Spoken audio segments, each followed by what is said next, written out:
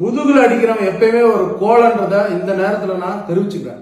ஒரு 15-20 பேர் ஏதோ பெரிய வீரர்களாட்டம் கட்டை எடுத்துட்டு வந்து என்ன அடிக்கிறதுக்கு வந்தீங்க. அதே இடத்துல நான் நின்னேன், எல்லாரையும் நான் சமாளிச்சேன். நான் எங்கேயுமே போல. ஏன்னா என்னோட கொடியை பாரதிய ஜனதா கட்சியை கொடியை பிச்சு எறிஞ்சிங்க, கார்ல இருந்த கொடியை உடைச்சிங்க. இதெல்லாம் பார்த்துட்டு நான் சும்மா போறதுக்கு நான் கோலையா? நான் அந்த நேரத்தில் நின்றேன். என் கட்சி கொடியை தொடுறப்ப என்னால் அதை பார்த்துட்டு சும்மா இருக்க முடியாது. இந்த சோசியல் மீடியால பார்த்தா ஏதோ பாரதிய ஜனதா கட்சியை அடிச்சு விரட்டிட்டோம் அப்படின்னு சொல்லிட்டு ஏதோ நெஞ்சில மாறு தட்டிட்டு இருக்கீங்களே, கோலைங்களா?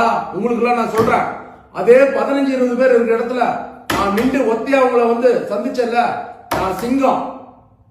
நான் பெருமையா சொல்லிக்கிறேன், பாரதிய ஜனதா கட்சியில எங்க அண்ணாமலை அண்ணா எப்படியோ அதே மாதிரி உங்களை நான் அந்த இடத்துல நின்று சந்திச்சேன். அந்த இடத்துல தான் நான் போல. போலீஸ் வந்த உடனே நீங்க எல்லாம் ஓடிட்டீங்க.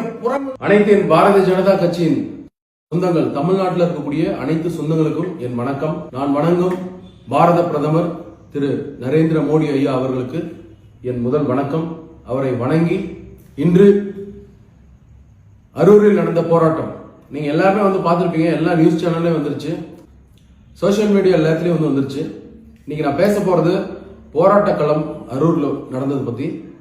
இந்த போராட்டத்தை எதுக்கு நடத்தணும்னா, பட்டியலணி சார்பா மத்திய அரசு இருந்து வரக்கூடிய நிதியை திமுக அரசு மறைக்குது அப்படின்றத தெரிவிக்கிற விதமா மக்களுக்கு போராட்டம் நடத்தணும்.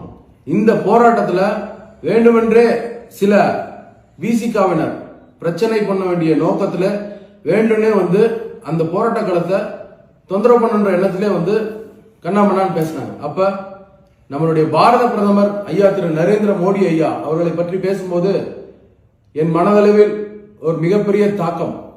இந்த பாரதிய ஜனதா கட்சியில் இருக்கக்கூடிய ஒவ்வொரு தொண்டனும் அவரை கடவுளா நாங்க மதிக்கிறோம்.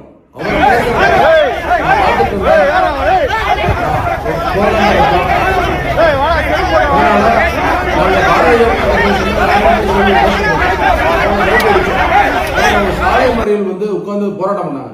அப்புறம் எல்லாருமே நாங்க கிளம்புற நேரத்துல எல்லாரும் போனதுக்கு அப்புறம் நான் என்னுடைய கார்ல ஏற போறப்ப வேண்டுமென்றே முதுகுல அடிச்சாங்க. முதுகுல அடிக்கிறவன் எப்பயுமே ஒரு கோலன்றத இந்த நேரத்துல நான் தெரிவிச்சுக்கிறேன். ஒரு 15-20 பேர் ஏதோ பெரிய வீரர்களாட்டம் கட்டை எடுத்துட்டு வந்து என்ன அடிக்கிறதுக்கு வந்தீங்க. அதே இடத்துல நான் நின்னேன், எல்லாரையும் நான் சமாளிச்சேன். நான் எங்கேயுமே போல. ஏன்னா என்னோட கொடியை பாரதிய ஜனதா கட்சியை கொடியை பிச்சு எறிஞ்சிங்க, கார்ல இருந்த கொடியை உடைச்சிங்க. இதெல்லாம் பார்த்துட்டு நான் சும்மா போறதுக்கு நான் கோலையா?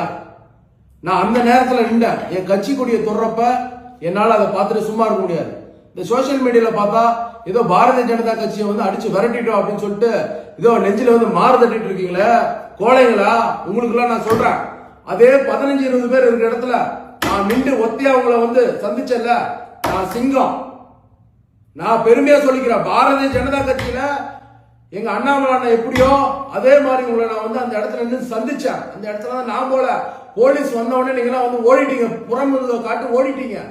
ஆனா எல்லா சோசியல் மீடியாலும் பெருமையா விசிகாரங்க நாங்க விரட்டி அடிச்சோம் பாரதிய ஜனதா கட்சிக்காரன்னு சொல்றீங்க.